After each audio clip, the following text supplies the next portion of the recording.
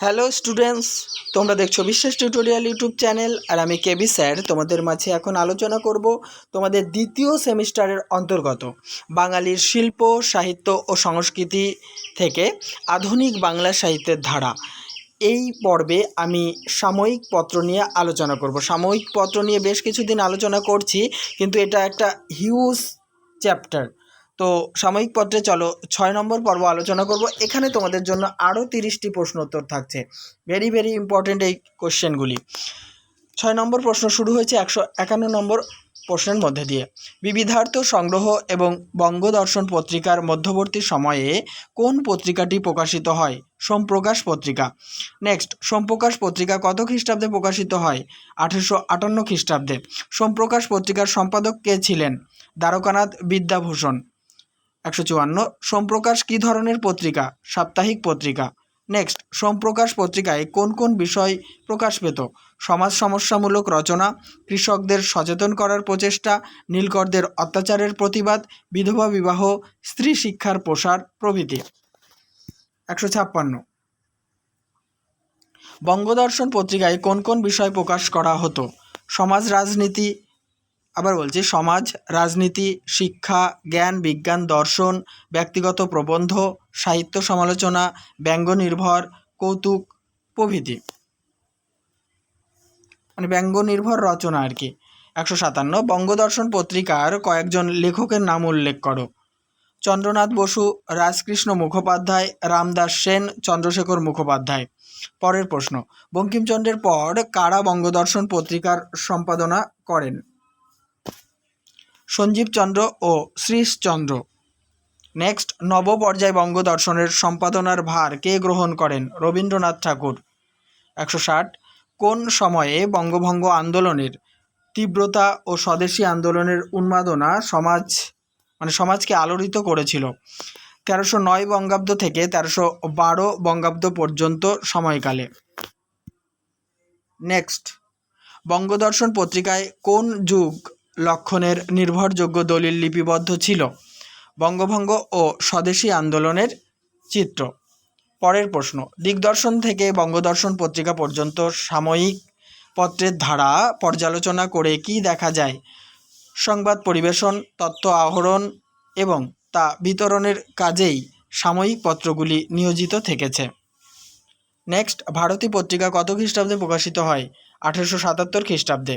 পরের প্রশ্ন, কাদের প্রচেষ্টায় ভারতী পত্রিকাটি আত্মপ্রকাশ করে? ঠাকুরবাড়ির প্রচেষ্টায়। 165, ভারতী পত্রিকার সম্পাদক কে ছিলেন? দ্বিজেন্দ্রনাথ ঠাকুর। পরের প্রশ্ন 166 নম্বর, ভারতী পত্রিকার ক্ষেত্রে কার যথেষ্ট অবদান ছিল? জ্যোতিরিন্দ্রনাথ ঠাকুরের। নেক্সট, ভারতী পত্রিকার সম্পাদকগণের নাম উল্লেখ করো। স্বর্ণকুমারী দেবী, হিরণময়ী দেবী, সরলা দেবী, রবীন্দ্রনাথ ঠাকুর, মণিলাল গঙ্গোপাধ্যায়, সৌরীন্দ্রমোহন মুখোপাধ্যায়। দেখো, এতগুলো নাম একসঙ্গে না এলেও একটা নাম তুলে দিল, লিখে দিতে পারে যে ইনি কোন পত্রিকার সঙ্গে যুক্ত ছিলেন। এই জন্যে তোমাদের উত্তরটি একটু বড় করে লেখা, ডিটেলসে লেখা, যাতে কোনো রকমভাবে কোনো মিস্টেক না হয়, 100% তোমরা যাতে কমন পাও। 168, ভারতী পত্রিকা প্রকাশের উদ্দেশ্য কী ছিল? স্বদেশী ভাষা আলোচনা, জ্ঞানচর্চা ও ভাব স্ফূর্তি। নেক্সট, ভারতী পত্রিকায় কোন কোন বিষয় প্রকাশ পেত? ছোট গল্প, প্রবন্ধ, কবিতা, গ্রন্থ সমালোচনা এবং সংবাদ। 170, কত খ্রিস্টাব্দে সাধনা পত্রিকা প্রকাশিত হয়? 1891 খ্রিস্টাব্দে। আর যদি বঙ্গাব্দের দিক দিয়ে বলি, 1298 বঙ্গাব্দের অগ্রহায়ণ মাসে। 71, সাধনা পত্রিকার প্রথম সম্পাদক কে ছিলেন? সুধীন্দ্রনাথ ঠাকুর। নেক্সট, একটা কোটেশন দেখো, সাধনা আমার হাতে কুঠারের মতো, আমাদের দেশের বৃহৎ সামাজিক অরণ্য ছেদন করবার জন্য একে আমি ফেলে রেখে মরচে পড়তে দেব না, একে আমি বরাবর আমার হাতে রেখে দেব। এটি কার উক্তি? এই উক্তিটি করেন সুধীন্দ্রনাথ ঠাকুর একটা চিঠিতে। সেই চিঠিটা লেখা হয়েছিল 1893 খ্রিস্টাব্দের 25শে ফেব্রুয়ারি। পরের প্রশ্ন, সাধনা পত্রিকায় কোন কোন বিষয় স্থান পেত? সাহিত্য, সঙ্গীত, শিল্প, দর্শন, রাজনীতি, কবিতা, গদ্য সমস্ত রচনায় স্থান পেত। পরের প্রশ্ন, শাস্ত্রীয় আলোচনা থেকে সাময়িক পত্রকে মুক্তি দিয়ে তাকে বুদ্ধি নির্ভর পথে পরিচালিত করার অন্যতম পথিকৃৎ কী ছিল? সাধনা পত্রিকা।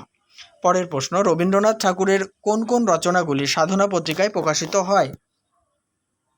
দেখো, উরপ যাত্রীর ডায়েরি, খোকাবাবুর প্রত্যাবর্তন, ডালিয়া প্রভৃতি। এটা প্রকৃতি হয়ে গেছে, এটা প্রভৃতি হবে, মিস্টেক। নেক্সট 176, সাধনা পত্রিকায় প্রকাশিত শ্রীশচন্দ্র মজুমদারের একটি উপন্যাসের নাম উল্লেখ করো। কৃতজ্ঞতা।